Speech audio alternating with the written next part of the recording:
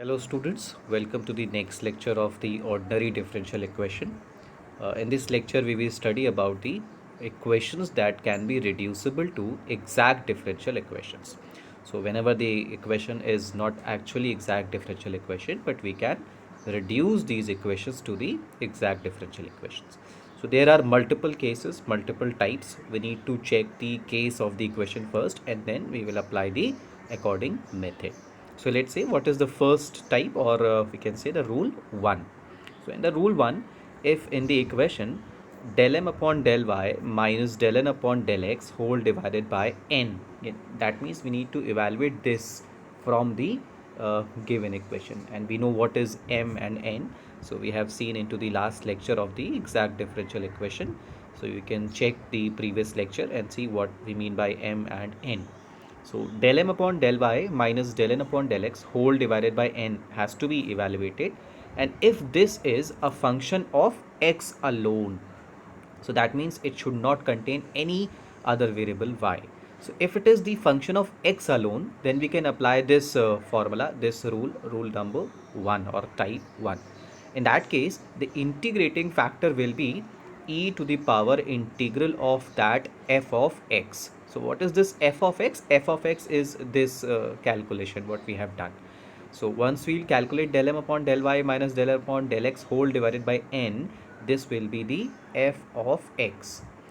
And if this is the function of x alone and free from y, then we will use the integrating factor e to the power integral fx dx.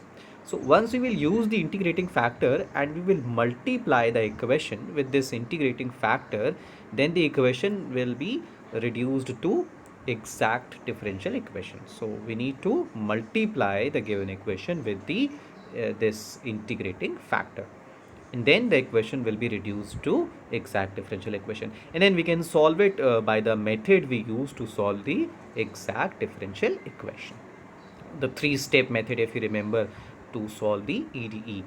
Please see the previous lecture to see how we can solve the exact differential equation.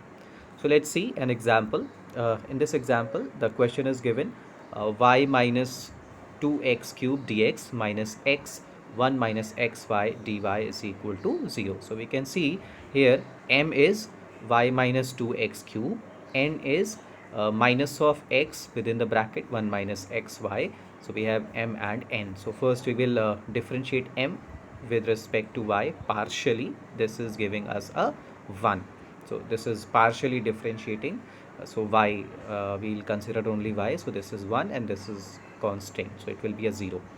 Now in the next end we will differentiate n partially with respect to x. So that means we need to differentiate this with respect to x partially. So for minus x it is a minus of 1, and for x square y this will be 2xy. So for this you must be aware about the partial differentiation. Now we will put this into the formula, that is del m upon del y minus del n upon del x whole divided by n. So we will calculate this del m upon del y minus del n upon del x whole divided by n, and we can see after solving this comes to be 2 upon minus of x. So we can see this is the function of x only, so it is not containing y. That means we can apply this type, that means we can apply the integrating factor.